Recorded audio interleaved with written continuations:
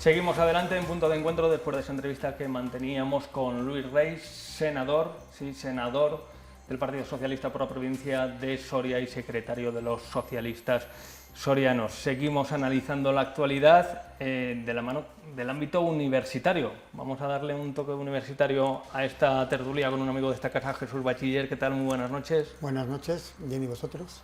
Pues ahí andamos, luchando, ¿no? A la Sí. expectativa y yo creo que en parte agradecidos porque la actualidad nos regala temas de los que debatir. Y tenemos que dar la bienvenida a Luis Bonilla, conocido por todos ustedes, es vicerrector del campus de Soria, es concejal, profesor universitario. Bienvenido, que sea la primera de unas cuantas veces que le tengamos por aquí. Muchas gracias, yo encantado de estar aquí y bueno, y agradeceros que deis esta también oportunidad, ¿no?, para poder participar, colaborar, que es algo fantástico el poder aportar nuestro granito de arena, ¿no?, en el análisis del día a día. Sin duda, yo creo que la pluralidad es lo más importante, que esta casa, la 8 Soria, sea la casa de todos los sorianos.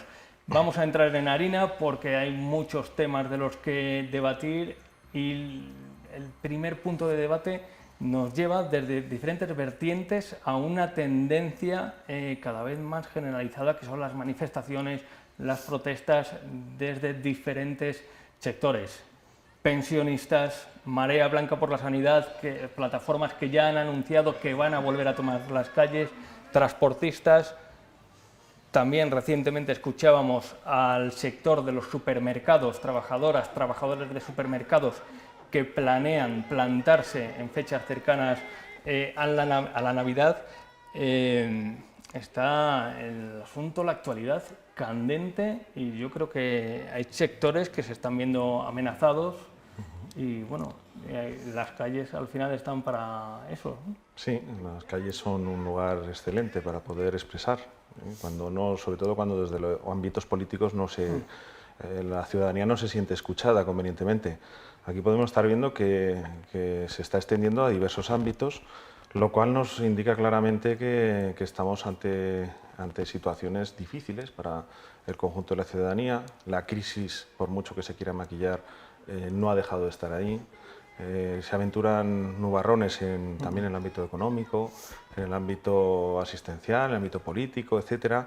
Las elecciones, la proximidad de las elecciones, no sabemos si vamos a tener elecciones próximamente en el ámbito autonómico, o si se van a adelantar las elecciones generales, y también, ¿por qué no?, igual el efecto post-COVID, esas ganas de expresar que estuvieron ahí ocultas, estuvieron tapadas por el efecto del COVID, y que ahora hacen que ese grito alzado de la ciudadanía pues esté en el día a día.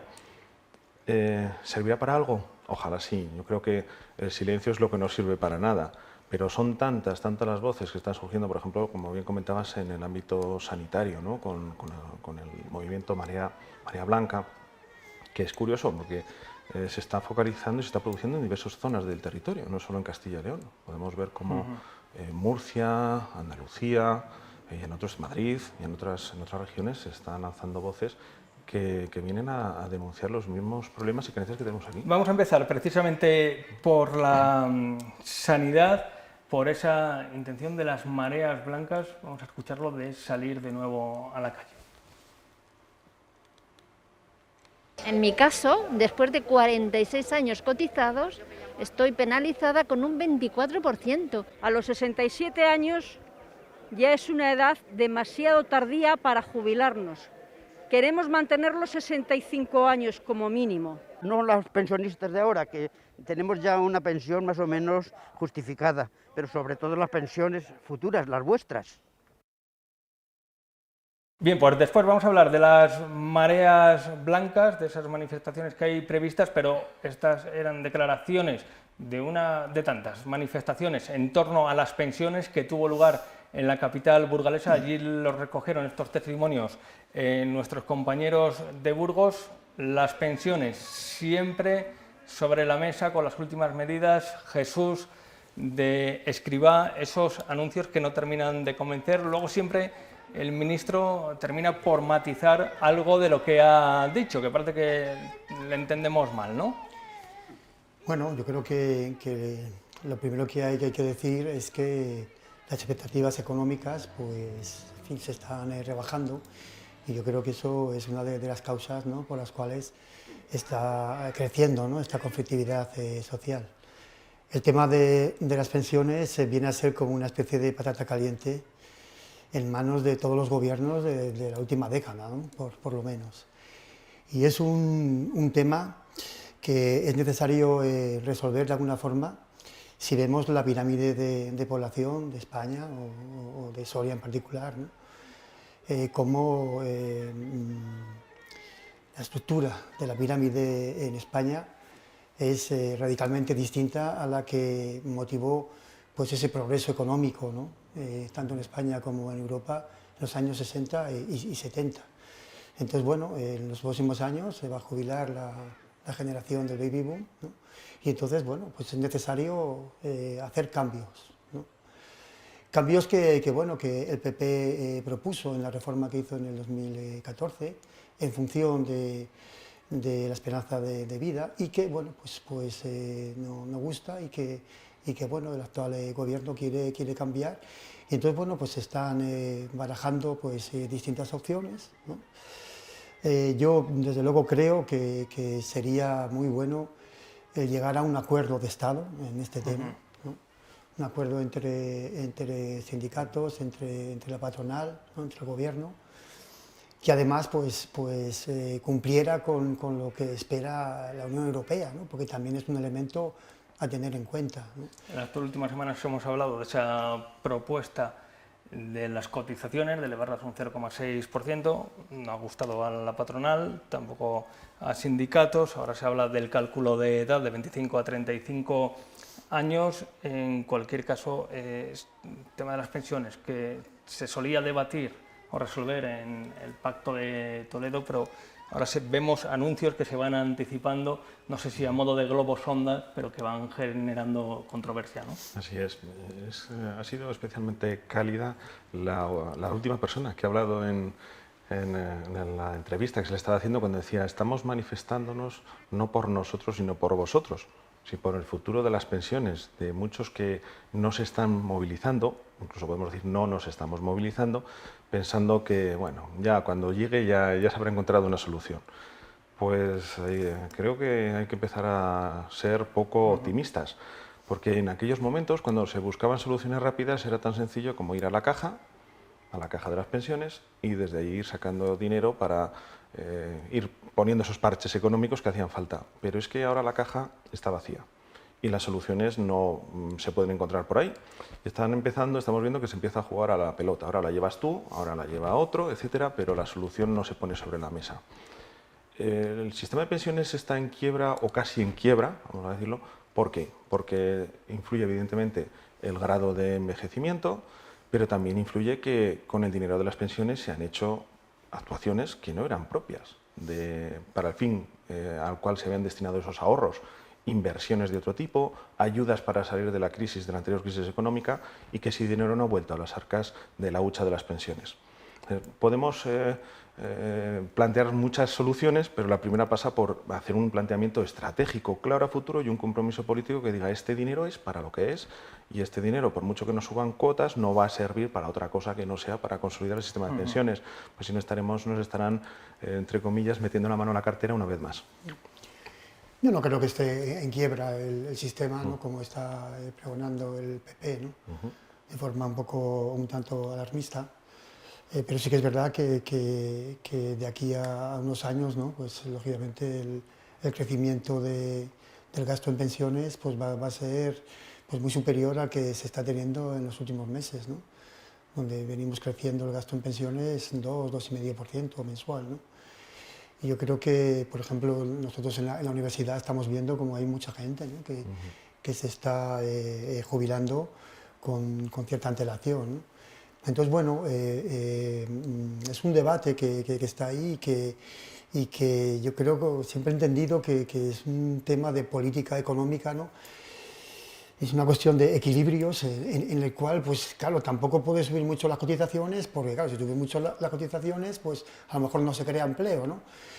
Pero por otra parte tampoco puedes tocar ciertas pensiones, ¿no? Porque lógicamente son pensiones que no pueden a lo mejor sostener pues la demanda que tienen la familia, ¿no?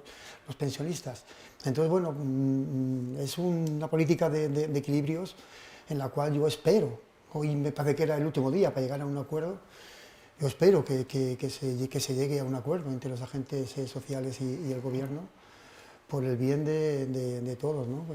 Sobre todo de la recuperación económica, ¿no? Bien, importante. pues esperemos. Vamos a otro asunto que también va a sacar a las denominadas mareas blancas a la calle, como es la sanidad. De hecho, este fin de semana ya mostraban su desacuerdo porque lo que consideran que ha venido después de la pandemia, en la que todavía estamos inmersos, pero hay quien esperaba que todavía se pusiera más el foco en la contratación, mantenimiento de empleos, etcétera, etcétera. Vamos a escucharlo. Sus reivindicaciones son la banda sonora de muchos pueblos. La doctora que nos corresponde cogió una baja hace 5 meses que no la vemos, es decir, no se ha sustituido su presencia. Y a eso se suma el complicado acceso de los mayores a la sanidad. Cuando tienen que llamar sale un contestador automático, entonces no saben muchas veces si les van a atender o no. El medio rural se lleva la peor parte. Muchos de los consultorios todavía no tienen la conexión a Internet, a veces pasamos horas hasta que conectan para que puedan consultar lo que es la historia de cada uno de los pacientes. Condicionantes con los que tienen que bregar los sanitarios. Que hacen un esfuerzo bastante grande, sino que es las políticas nefastas de los que están llevando la Consejería de Sanidad. Denuncian que las listas de espera se han duplicado en 10 años. Sigue habiendo un déficit de atención, tanto para pruebas como para propias operaciones quirúrgicas. Y que las acciones se quedan a medias. Por ejemplo, los 200.000 euros para lo de Delicias o otros 200.000 para la Magdalena no se han usado y el dinero ¿dónde está? Hoy ponen en común la situación de ciudades y pueblos de toda Castilla y León en esta primera asamblea social. Es necesario, muy necesario, hacer una reforma estructural en el conjunto de la sanidad de Castilla y León, pero tenemos claro que no puede ser recortando. De momento ya han anunciado una gran manifestación a finales de enero por la sanidad pública. Bien, y vamos a escuchar, ya de paso, hablando de la sanidad, a Alfonso Fernández Mañueco, presidente de la Junta de Castilla y León. Mejorar el sistema público y muy especialmente el sistema público de salud es la mayor prioridad de mi gobierno. Recojo el guante que me lanzas, que lanza toda la sociedad de Zamora y de Castilla y León. Tenemos que seguir fortaleciendo todos los servicios públicos y muy especialmente la sanidad. Declaraciones realizadas en Zamora. La cuestión es que no solo a nivel de Castilla y León, como apuntaba Luis Bonilla, sino que casi en el escenario nacional el marco post-pandemia nos deja que aquellos que fueron contratados pues al final han ido saliendo, pero por otra parte, también lo apuntaban, se están acumulando listas de espera, gente en espera de ser operada, porque la pandemia es lo que ha provocado. Eso sí que, oye, pues no, tampoco es culpa de nadie, pero ahora hay que dar solución a estas cuestiones, ¿no? Efectivamente, como bien dices, hay que dar solución. Sí que conviene ver que es un problema que está extendido en el conjunto del país y que luego en cada comunidad autónoma pues tiene unos matices diferentes. Pero estamos ante otro sector, en este caso ante la sanidad, que es tan importante y fundamental, los servicios que presta y que los ciudadanos tenemos derecho a que se presten en unas condiciones de calidad, pues que ahora mismo no está en sus mejores momentos y estamos todos, hemos vivido cerca situaciones en las cuales las listas de espera se han incrementado de forma notable. Habrá en el Ministerio de Sanidad estos días de un 18% de incremento en las listas de espera. Yo creo que esas cifras son mayores todavía en según qué territorios y en según qué zonas, y esto no es algo sostenible. No es sostenible ni el que determinadas personas se pasen la vida en ambulancias para poder ser tratados, etcétera, etcétera, ¿no? Que la atención primaria tenga las carencias que tiene. Y hay que hacer una reflexión seria. Si sabemos que están estos problemas, analicemos desde el punto de vista técnico cuáles pueden ser las soluciones. Porque a veces igual, desde el punto de vista político, conviene que los técnicos puedan plantear y ser escuchados en las soluciones que pueda tener este problema. Ha habido el efecto COVID, que ha generado un incremento de costes notable, Y eso ha tenido una incidencia sobre el equilibrio del sistema sanitario, pero bien es cierto que no veníamos de un sistema sanitario que estuviera en los mejores momentos antes del COVID, con lo cual ya se venían arrastrando algunos problemas. A eso hay que añadir precisamente el incremento de costes derivados de que la población cada vez vive más, la gente vive más y por lo tanto los costes sanitarios se incrementan. Si a eso añadimos la descentralización de la sanidad que nos ha ido llevando a que tenemos en España prácticamente distintos, bueno, en cada comunidad autónoma, un modelo sanitario con sus particularidades, hemos visto situaciones que sí, esperpénticas, cuando con motivo de la pandemia, cuando surgían determinadas medidas para aplicarse y te volvías loco, de si en un sitio se hacía una forma, si en otro sitio se hacía de otra, etc. Pero hay tres ejes, por lo tanto, que son causantes en gran medida del problema que tenemos, pues afrontémoslo. Es decir, desde el punto de vista de los médicos, dicen, faltan médicos. ¿Alguien se ha preguntado cuántos médicos hay en paro?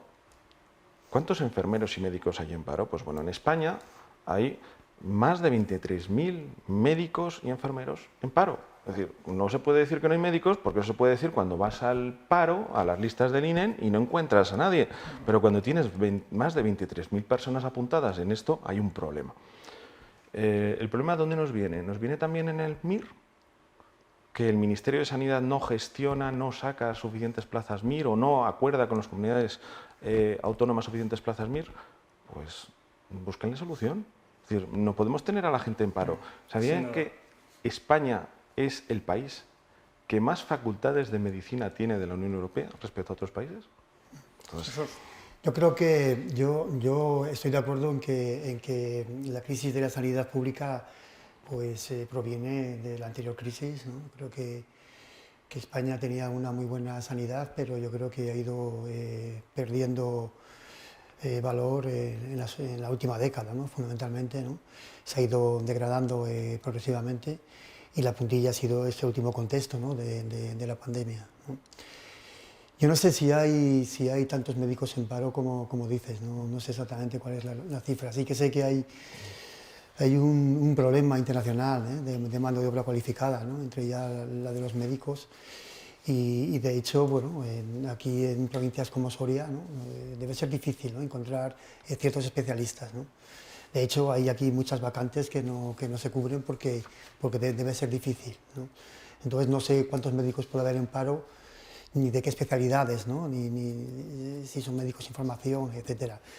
Lo que sí creo que sería importante para los próximos años, y yo creo que ahora en España ya no salen tantos médicos como salían en los años 90, ¿no? Yo creo que los números clausus ha rebajado bastante el número de médicos, pero sí que es verdad que sigue habiendo una distancia entre los médicos que se licencian, ¿no?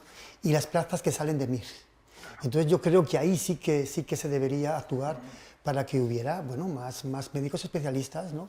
que pudieran, pues bueno, llenar los huecos que hay, los muchos huecos que hay, ¿no? en la sanidad pública. Ahí es donde... Y luego también hace falta voluntad política, es decir, presupuesto, ¿no? Es decir, no se entiende que solamente se hayan contratado nuevos médicos para la pandemia, cuando ahora tenemos una lista de espera que en el caso de Castilla y León se han duplicado, ¿no? en muchos servicios, ¿no? Entonces todo eso está repercutiendo incluso en la calidad de la atención primaria, ¿no? donde hablas con mucha gente y te dicen que claro, que la atención en la sanidad de base, ¿no? en el médico de familia, no es acorde a lo mejor con lo que tú esperas, ¿no? Porque a lo mejor hay una estrategia de que los propios médicos no aumenten las listas de espera, no sé que sean cosas de mucha gravedad.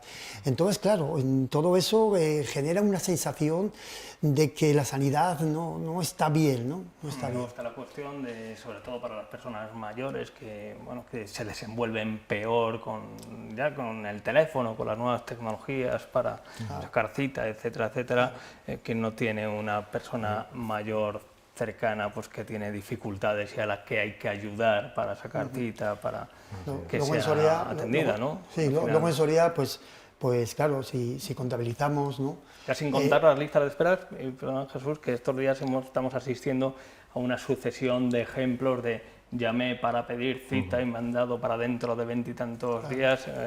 Recientemente el propio concejal de aquí del Ayuntamiento de Soria, Javier Muñoz, que le teníamos aquí en una entrevista, ponía de ejemplo un caso personal. Tampoco pueden hacer eso porque al final lo colapsamos también a lo tonto. Jesús. Aquí en Soria siempre se habla de valores relativos en relación a la población, ¿no? Y parece que la relación población-médicos, ¿no? Pues a lo mejor no es demasiado mala, ¿no? Pero claro, aquí hay que tener en cuenta cuáles son las circunstancias geográficas de esta provincia. Entonces tenemos mucha población envejecida, tenemos muchos pequeños pueblos, ¿no? Y todo eso, lógicamente, no se tiene en cuenta. Que los médicos cogen vacaciones, cogen bajas también. Claro, y no podemos tener, voy a insistir, médicos en el paro. Cuando en la última convocatoria MIR hay más de 16.000 personas que se presentan para 7.000 y pico plazas, la gente que no ha obtenido esa opción de entrar al MIR pasa directamente, la gran mayoría, al paro. No nos podemos permitir ese lujo. Este país no se puede estar permitiendo el lujo de tener a gente que le está contribuyendo también a la formación con un coste importantísimo, tenerlos en el paro por ellos mismos y por la sociedad que en este momento los necesita. Y entonces es algo que está fallando, que yo creo que en otros países centroeuropeos se echarían las manos a la cabeza, porque la carencia que existe en otros países viene más derivada de que no sale formación suficiente en las universidades. Pero aquí sí está saliendo gente preparada, démosles la oportunidad de trabajo cuando surge. Sin duda, sin duda. Bien, pues otro puntal, otro sector que anuncia paralizaciones es el del transporte. Vamos a escuchar precisamente al presidente del Comité Nacional del Transporte. Con Filomena, en 3 días probó el país que con 3 días se paraba un país. Con 3 días podemos parar un país. No es deseo nuestro, pero ya nos hemos hartado y es momento de que el Gobierno tome acciones de inmediato para que esto se solucione. Bien, pues hay varias cuestiones detrás de esta medida de protesta convocada por la patronal del sector, porque en los últimos días estamos viendo vídeos y manifestaciones de camioneros autónomos que dicen nosotros no lo hacemos, sino que al final nosotros a veces somos víctimas de esas carencias en el plano laboral. Han sido las empresas las que han anunciado esta paralización. ¿Qué os parece? En cualquier caso es un sector clave que sí que es verdad, que ya con los problemas de suministros, de transporte, fechas muy sensibles para todo el circuito económico, pues sí que pueden poner en jaque a un país, ¿no? Es una distinción fundamental, ¿eh? Es una huelga de empresa, no de trabajadores. Ojalá de todo esto surgiera unas condiciones de trabajo mejores para los trabajadores. Sí, porque ¿no? están ahora, a raíz de esta protesta, se están aflorando prácticas que al final son manifestaciones personales de trabajadores que hay que coger con cautela, pero bueno, se están viendo determinadas prácticas de las que algunas empresas no salen del todo favorecidas. Claro. El sector del transporte es uno de estos sectores que tiene pues un déficit de trabajadores, no solamente en España, ¿no? Sino a nivel internacional, en Inglaterra, ¿no? Lo estamos viendo, en Estados Unidos, es decir, que hay un déficit internacional de mano de obra en el transporte, ¿no? Por las condiciones de trabajo, por la dificultad para conciliar vida familiar y laboral, porque las percepciones económicas se han devaluado en los últimos años, es una cosa curiosa, y luego también las condiciones de trabajo. Si a eso añadimos que hay un contexto económico internacional que están empeorando, ¿no?, esas condiciones, como es pues, la subida del petróleo, ¿no? El gasoil está subiendo pues, de orden del 20-30%, ¿no? Después las previsiones que hay de poner peajes en las autovías, ¿no? Que supone otro coste y que bueno, pues eso pues también algún día pues supongo que se tendrá que solucionar, ¿no? Porque claro, es un problema añadido. No. Y luego que está subiendo todo, ¿no? Todo el índice de precios al consumo está subiendo, está repuntando, y entonces claro, todo eso pues condiciona mucho la rentabilidad, ¿no?, del transporte, claro. es por ser agorero, pero generalmente las huelgas de transporte son unos indicadores claros de que vienen tiempos complicados, o que pueden venir tiempos complicados en el ámbito económico. Así se ha venido sucediendo en distintos países y en España también. Es decir, es un indicador claro, una lucecita que cuando se enciende nos está avisando de que algo malo puede venir siempre y cuando no se adopten las medidas oportunas. Medidas oportunas en este caso que sobre todo la subida de los precios de combustible, ¿no? Está teniendo una incidencia muy grande, como podemos ver, la vemos nosotros en nuestro día a día, y estas huelgas de transporte las vamos a pagar todos. Y esa subida de precios en el alimento que vamos a comprar, en los servicios que vamos a recibir, con lo cual el círculo se empieza a extender a modo de incendio. Al final todo repercute, ¿no? Y volviendo al debate inicial sobre las pensiones, al final lo que parecía una pensión un tanto apañada, con esa subida de la inflación, pues pasa como con los salarios de muchos de ustedes, ¿no? Supongo que al final lo que parece un salario más o menos un poco ajustado, luego se va viendo que se queda en nada. Con las pensiones suele pasar y al final todo repercute, ¿no? Estamos en una cadena y yo creo que ningún sector se puede desvincular de otro. Vamos a algo más entretenido, porque yo creo que la política actual, no sé si por desgracia se ha convertido en algo más bien entretenido por la puesta en escena, por lo que trae de dimes, de diretes, de suspicacias, de estrategias, y porque a todos también nos encanta y nos gusta un poco analizar la actualidad y especular.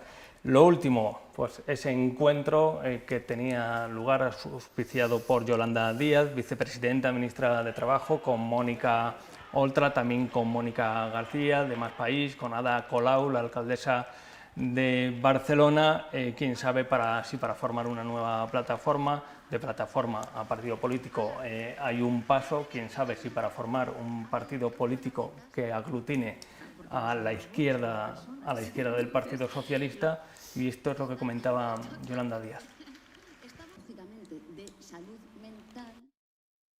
¿Qué creo yo que le preocupa a la gente en nuestro país? Pues yo creo que a la gente en nuestro país le preocupa que haya barrios en los que hay niños y niñas que no puedan hacer 3 comidas al día, y esto está pasando. ¿Qué le preocupa a la gente en nuestro país? Pues la gente que no puede pagar el alquiler, que no puede pagar la luz ahora, en invierno. ¿Qué le preocupa a la gente? Pues que no tenga empleo o que tenga un empleo precario. Bien, pues las declaraciones de Yolanda Díaz, importante paso. ¿Qué lectura hacéis de este encuentro? Que Pablo Casado lo ha definido como aquelarre, palabras gruesas a mi modo de ver, con una connotación que yo creo que no vienen a cuento, pero tal vez tienen que ver con esta subida de tono de la política actual, que no nos gusta, porque una cosa también es debatir, espectacular y que lo pasemos bien, pero yo creo que esos términos, pero bueno. ¿Qué significa este encuentro? Pues yo creo que tanto el encuentro como las declaraciones de Casado nos están dando la respuesta a esa pregunta. Se avecinan elecciones. Se avecinan elecciones y se están procurando o se están posicionando distintas ideologías, distintos partidos, etcétera. Esta iniciativa más bien tiene el aspecto de que trata de recomponer una estructura en torno a Podemos bastante dañada, que quiere coser heridas, que quiere reunificar todas las iniciativas que han venido surgiendo en distintas comunidades autónomas, y porque son conscientes de que yendo juntos, pues el efecto de la acumulación del voto, el efecto de la Leidón, etcétera, les va a permitir poder obtener mejores resultados. Del encuentro, ese 15%, ¿no?, que creo que se han puesto de meta. Exacto. Y de este encuentro, yo creo que ha habido, a mí, por lo menos en mi caso, cierta decepción, porque buscas, cuando lo escuchas o lees las noticias, un mensaje sobre un proyecto. Y no ha existido ese mensaje sobre un proyecto, sea del partido político que sea. Yo creo que se está para trabajar.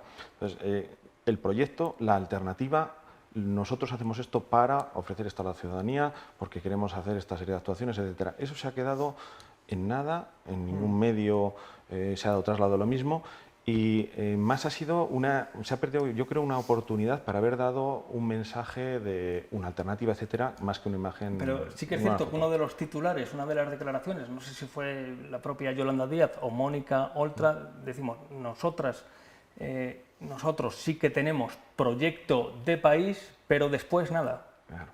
Después, folio en blanco, también querrán decir que lo anunciarán posteriormente o cuando den paso, pero tampoco desgranaron nada más que mensajes pues muy en positivo. Queda saber si hay luz en casa y también hay personas dentro de esa casa. ¿Qué opinas, Jesús Bachiller, sobre este encuentro?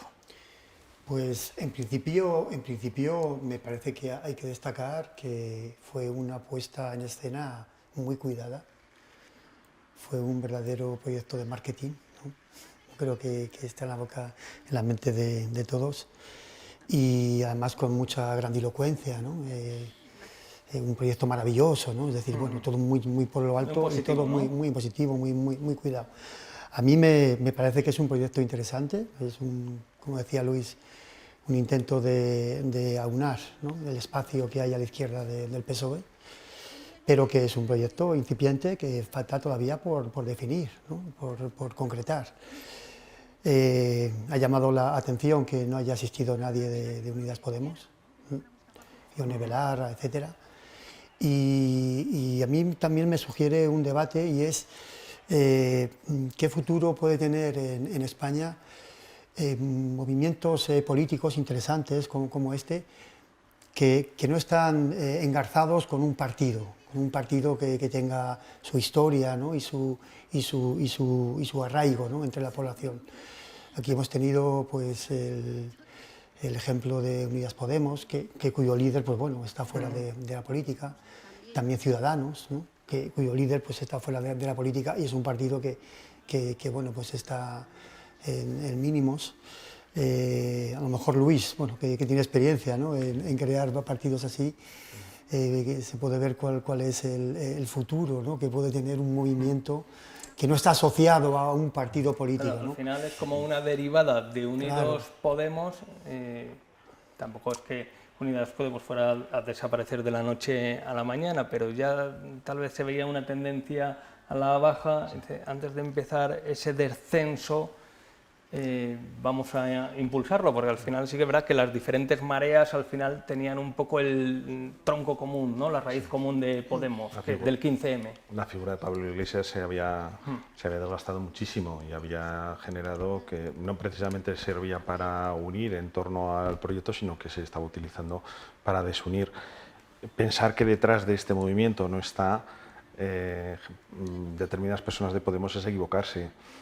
Yo creo que forma parte, claro, de una estrategia de marketing político, como es normal, ¿no?, y como es cada vez más frecuente cuando se acercan periodos electorales, y hoy ratifica también el hecho de que Iván Redondo, el gurú mediático, informativo de Sánchez, del presidente Sánchez, que una vez fue despedido de sus trabajos en el Gobierno de la Nación, pues ahora ya hizo declaraciones en Antena 3, Noticias, creo que fue en Antena 3 Noticias, donde vino a decir que Yolanda Díaz sería la próxima presidenta del Gobierno. Bueno, pues hoy, a raíz de este acto, ha vuelto a realizar esas declaraciones, que ve a Yolanda Díaz como presidenta. Está claro que estamos ante una estrategia de marketing político de primer nivel, que irá dando numerosas noticias a lo largo de las próximas semanas y meses, conforme nos vayamos acercando a la cita con las urnas, pero que los ciudadanos tenemos siempre, yo creo, que exigir es, como bien les ha dicho Iván, el papelito donde se nos diga qué es lo que se nos ofrece y qué es lo que se está dispuesto a hacer, ¿verdad? Al final esas líneas... Las encuestas le dan a Yolanda Díaz la presidencia del Gobierno por encima del propio Pedro Sánchez, ¿no? Y mientras en el Partido Popular también con esa lucha fratricida. Vamos a escuchar a su secretario general y también a Isabel Díaz Ayuso. Además de ser una estrategia tremendamente perjudicial para los intereses de España, es una estrategia que lleva al Partido Socialista a ese barranco, al que, habiendo arrojado a varios ministros, no se da cuenta que es el señor Sánchez el que va directo a él. Bien, pues este era Pablo Casado haciendo mención en el Congreso de Castilla-La Mancha, que se ha celebrado y ha dado mucho que hablar este fin de semana, y ahora sí vamos a escuchar a Egea y a Díaz Ayuso.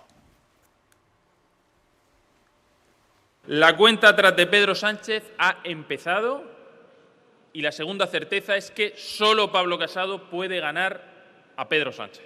Son dos certezas absolutas que todo español tiene claro.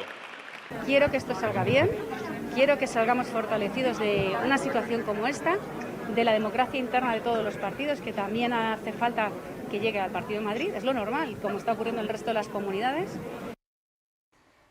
Bien, dos certezas absolutas. Una es que el enemigo, el rival a batir es Pedro Sánchez, tanto lo veíamos a Pablo Casado como a Egea, y hay otra certeza más bien interrogante, que es cómo resuelven ese lío interno con Isabel Díaz Ayuso, que se está enquistando y es un problema de difícil resolución, y ver las consecuencias que trae para el propio Partido Popular, ¿no?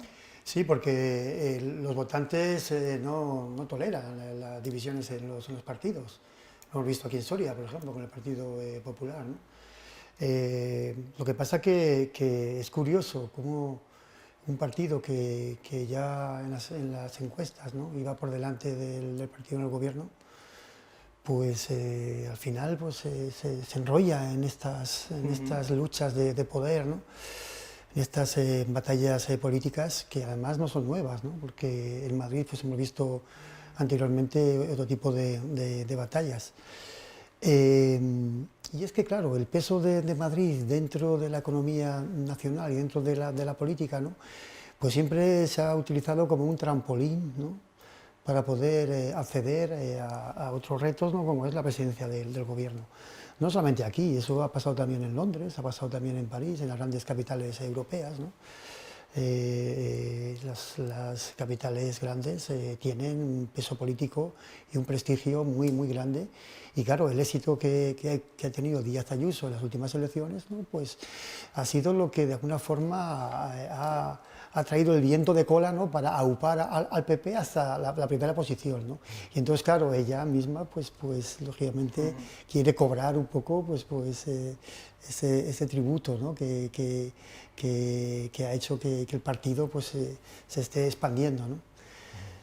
Ya veremos a ver lo que ocurre. ¿Qué sucede en el Partido Popular? Pues yo creo que es una nueva muestra de que a veces hay poco sentido común en el ámbito político, porque si estas declaraciones se están produciendo es fruto de las recientes encuestas que demuestran que el enfrentamiento entre Ayuso y Casado está perjudicando a la tendencia de crecimiento en voto del Partido Popular, y que de hecho se ha estancado, y en algunos casos algunas encuestas dan decrecimiento otra vez. Eso de alguna forma había que cortarlo. Las declaraciones que había realizado Ayuso con anterioridad en el Congreso Nacional no habían pues, convencido a todo el mundo, y ahora llega otro Congreso Regional, hay que volver a ratificarse en que la paz está firmada, que mientras tanto no va a haber peleas internas, pero yo creo que la ciudadanía no está para estas cosas. La ciudadanía está para compromisos firmes, como bien estabais comentando. O sea, no se tolera bien, ni se va a tolerar, como es lógico, en una sociedad que haya ido evolucionando. Ahora digo esto, mañana digo lo contrario. Y digo que en este caso creo que Casado, como líder que es, como candidato que va a ser a las elecciones nacionales, debería tal vez de saberse apoyar por aquellos que te pueden sumar votos. Yo creo que eso haríamos cualquiera, con un poco de sentido común. Bueno, pues la política a veces no tiene este tipo de sentido común. Siempre me ha sorprendido cuando lo he visto, y además está en las peleillas internas que a la ciudadanía en general nos importan bien poco. Pueden importar a nivel de cuotas de poder dentro de un partido, pero la ciudadanía lo que queremos es líderes o lideresas firmes en unos momentos complicados como son los que sabemos que nos vienen. Y ojo que incluso Pedro Sánchez, en su última intervención, también este fin de semana, no mencionaba a Díaz Ayuso, lo cual ha sido noticia. Ha preferido centrarse en la oposición que está realizando el Partido Popular, pero sin mencionar a la líder madrileña. Si hay algo en quiebra, como hemos visto durante estos últimos 20 meses de pandemia, es el sentido de Estado de la oposición, del Partido Popular y de la ultraderecha cuando están en la oposición. Eso es lo que está en quiebra. Aquí podemos interpretar varias cosas.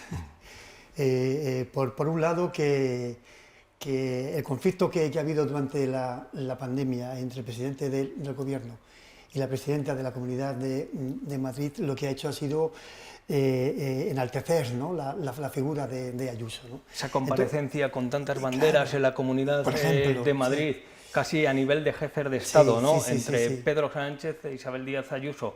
Visto en perspectiva, Pedro Sánchez ahora dirá: cuidado que igual nos estamos pasando de frenada, sí, en ese proceso de enaltecimiento, ¿no? Claro, pero también se puede ver como estrategia política de decir, bueno, voy a intentar enaltecer a esta candidata, ¿no?, para que haya división en el Partido Popular y así, pues bueno, pues, que nosotros pues bueno, mantengamos el liderazgo, ¿no?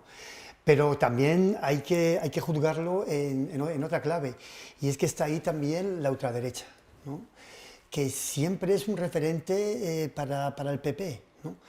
Y de hecho, podríamos pensar que Casado es un candidato débil, ¿no? Y entonces, en el pensamiento de muchos integrantes del Partido Popular, piensan que Ayuso podría ser una candidata que podría aglutinar mucho más a la derecha y a la gente, a los votantes que están más allá de la derecha, ¿no? Entonces podría aglutinar, ¿no?, todo el amplio espectro de la derecha y así pues ganar mucho más votos. Y ojo, yo no sé si se atisba un cambio de tendencia. Acabamos de ver ese encuentro auspiciado, promovido por Yolanda Díaz con lideresas territoriales, también la emergencia de Díaz Ayuso, que algunos ya plantean como capaz de ser una alternativa a Pablo Casado, y ese cambio de tendencia que tal vez se escriba incluso en femenino, ¿no? Estamos viendo, lo cual celebramos también. Aparte hay que ver la valía de los candidatos, etcétera, etcétera, pero también hay que aplaudir esa emergencia de figuras femeninas, ¿no? Ahora, por ejemplo, que Merkel está de salida y todos hemos aplaudido en mayor medida, por encima de algunos errores, su trayectoria, ¿no? Sí, sí, es un valor al alza. De hecho, el poder plantear una presidenta del Gobierno de España, pues hoy día es un valor al alza para cualquier partido político. Ayuso ha pasado un examen recientemente, que fue el de las elecciones en la Comunidad de Madrid, y lo pasó con una nota excepcional. Entonces ahora tiene una legitimidad también, pues para poder ir gestionando su comunidad autónoma, para enfrentarse a un nuevo proceso electoral que va a ser relativamente pronto, y bueno, pues ha decidido, doy un paso atrás, pero que la comunidad no me la toque nadie. Entonces, seguro que en las trastiendas están cocinando cosas bastante curiosas, porque el paso, vamos a movernos en el ámbito de la especulación, el paso que da hacia detrás Ayuso lo hace para evitar que Casado le diga: incorpórate a mi equipo y vas a ser la número 2, número 3 del próximo gobierno, o lo da para no dar una sensación de enfrentamiento contra Casado. ¿Por qué hay diversas teorías al respecto? También se plantea precisamente que se hizo para no tenerse que someter a decir: no entro en el gobierno, el próximo gobierno de la nación, como una ministra, vicepresidenta, etcétera. Porque claro, eso sí que le iba a dar a Casado, de cara a las próximas elecciones, ese anuncio le iba a dar un tirón electoral importante, ¿no?, que parecía que estaba dentro de los despachos de Génova, ahí preparadito para decirlo. Entonces, se están moviendo muchas cosas, y lo que vemos los ciudadanos es que por unos o por otros seguimos buscando unas soluciones que ojalá lleguen lo antes posible por el bien de todos, y que tengan acierto cuando nos las planteen. Yo creo que también detrás de Díaz Ayuso está Miguel Ángel Rodríguez, como jefe de gabinete, que fue el que ya alzó a José María Aznar a la presidencia del gobierno, y yo creo que este es un hombre que va por todas. Yo particularmente creo que en el fondo la estrategia que hay detrás es de elevarla a la presidencia del gobierno, ¿no? Y yo creo que el éxito de Díaz Ayuso fue también de mérito de sus contrincantes, que entraron en juegos que yo creo que fue un error, ¿no? Y luego, bueno, ella hizo una campaña, ¿no?, también un poco dirigida por por el propio Miguel Ángel Rodríguez, que tuvo pues muchos aciertos, ¿no? Y entonces, claro, esperó en el porche, ¿no? Viendo, sí, sentada viendo cómo sus enemigos o sus rivales al final claro, iban... pero no hay que pensar, ¿no?, que el resultado electoral de Madrid sea trasladable al resto de España. Eso desde luego... Al final se necesitan muchos votos, muchos apoyos. Vamos a finalizar, seguro que ustedes ya a estas horas del lunes lo han escuchado, unas declaraciones polémicas en el transcurso de ese Congreso del Partido Popular de Castilla-La Mancha en relación al debate energético que se está generando en la actualidad, unas declaraciones de Pablo Casado. Aquí no, aquí a la izquierda no le gusta la nuclear, y no le gusta el carbón, y no le gusta el gas, y no le gusta la hidroeléctrica, y no le gusta ahora la eólica, y se quejan de que los molinos dañan el paisaje, claro. Solo le gusta la solar. Y a mí. Pero es que antes de ayer, a las 8 de la tarde fue el pico de consumo eléctrico. Y a las 8 de la tarde, no sé si estabais por aquí, pero no había posibilidad de que la solar emitiera, básicamente porque era de noche. Por tanto, es una cuestión de lógica. Bien, por cierto, ya les anuncio que mañana vamos a desvelar algunas de las dudas, de las cuestiones que nos han surgido, porque si algo tienen estas comparecencias, entre ellas estas declaraciones de Pablo Casado, es que nos generan interrogantes. Vamos a resolver algunas mañanas en un debate energético en torno a las energías renovables y demás tipos de energía que vamos a celebrar aquí en Punto de Encuentro. Jesús Bachiller, ¿qué te sugieren estas declaraciones? Pues es que bueno, pues es conocido ya que las energías renovables no pueden, hoy por hoy, pues abarcar, ¿no?, toda la demanda que hay energética. El problema es que, bueno, pues la transición energética se ha hecho probablemente con demasiada precipitación, ¿no? Y entonces, bueno, pues hay un debate sobre cómo hacer esa transición, ¿no? En Francia lo tienen claro, la energía nuclear, ¿no?, va a mantenerse, ¿no?, durante el tiempo que haga falta. Mientras que aquí en España, pues bueno, parece que no se apuesta porque claro, construir una central nuclear lleva mucho tiempo, es una inversión muy grande, y entonces, bueno, pues estamos sufriendo los problemas de la geopolítica, ¿no?, con el suministro de gas. La dependencia exterior. La dependencia exterior. Entonces, bueno, es un debate que está a nivel de toda Europa, que claro, los franceses lo tienen claro, los alemanes no lo ven claro, los alemanes tienen mucho carbón, Polonia también, pues el carbón es fundamental, ¿no? Por otro lado está el cambio climático, ¿no? Entonces, bueno, pues de alguna forma vamos a ver cómo se resuelve esto mientras las energías renovables pues pueden cubrirnos, ¿no?, un mayor porcentaje, ¿no?, de nuestra demanda. O mientras el hidrógeno, ¿no?, que se está investigando con bastante fortaleza, pues puede dar resultados. Y la puesta en escena, bueno, es propia de un meeting, pues, ¿no?, de un encuentro pues, con afiliados de Castilla-La Mancha y demás. Pero si a veces demandamos un debate tal vez más tranquilo, más sosegado, más calmado, al final estas declaraciones no sé si terminan de ayudar. Incluso desde el punto de vista técnico no son muy correctas, porque es tratar de focalizar el problema del suministro en un momento concreto cuando hay que verlo con mayor amplitud. La energía se produce y hemos estado este fin de semana, creo que ha sido, exportando energía a Francia, precisamente de origen renovable. El debate está ahora mismo en ese temor hacia una crisis energética. Estamos con el apagón dichoso o con esos problemas que puedan surgir porque si mañana Rusia nos cierra el grifo del gas o tenemos problemas con el suministro de gas de otros países, pues podemos tener serios problemas energéticos. Y no nos podemos permitir, como país, ni la Unión Europea se puede permitir un desabastecimiento energético, porque sería lo mismo que entrar en el caos, con un impacto económico brutal respecto a lo que hemos podido ver del COVID. Sería una broma para el impacto económico que podría generarnos un apagón de unas semanas o de unos días incluso.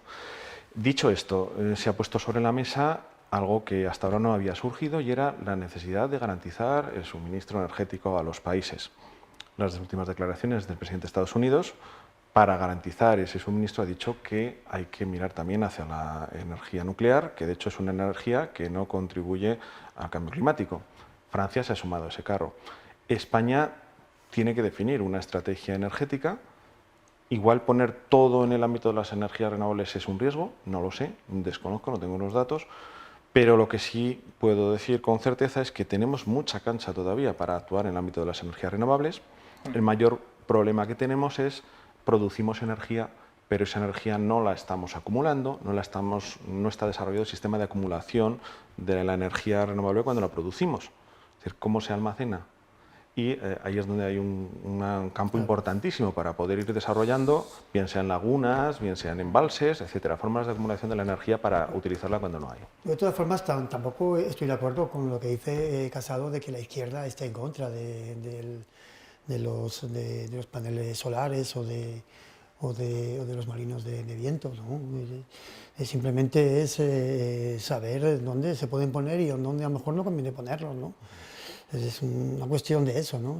Lo que pasa que aquí parece que en cuanto alguien se opone a algo, ¿no? pues ya se generaliza, ¿no? No, es que esto no quieren nada, es que... No, bueno, pues es hacer las cosas con un poco de cabeza y de sentido común, ¿no? Lo que tal vez habría que acabar era con las puertas giratorias y la presencia de cargos políticos en las eléctricas. Igual eso era un buen ejemplo para el conjunto de partidos políticos, dar ejemplo de ello, porque realmente no se está viendo luego eso en resultados para los ciudadanos, en que el recibo sea más barato o que nos mejoren las condiciones de suministro.